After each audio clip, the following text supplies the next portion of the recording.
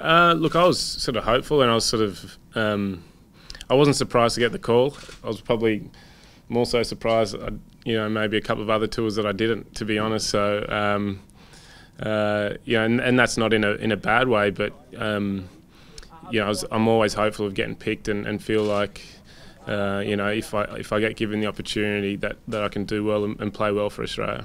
Perfect. Thanks, mate. Yeah, there is. To be fair, I thought Mitch Marsh has actually played quite well, especially in one-day cricket. He's batted really well for Australia.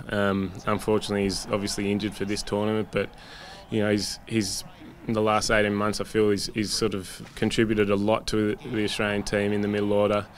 You never want to get picked in a team on someone else's misfortune, but there was definitely an opportunity there with him missing out.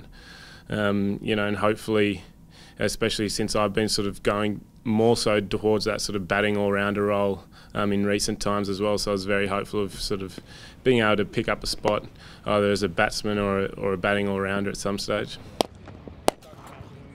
Look, I don't think James's role would get filled by myself. I think maybe that was possibly more for someone like John Hastings or Marcus Stoinis.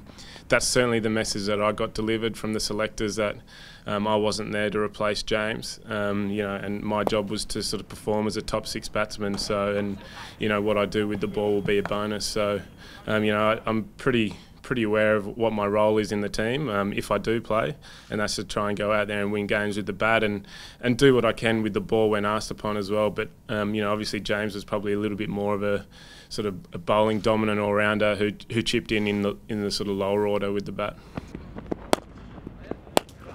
Oh, look, I'm very hopeful, obviously, but if not, then I just hope that the best 11 goes out there and gets a win. But you can only hope. From now on, up until the games, the game goes ahead.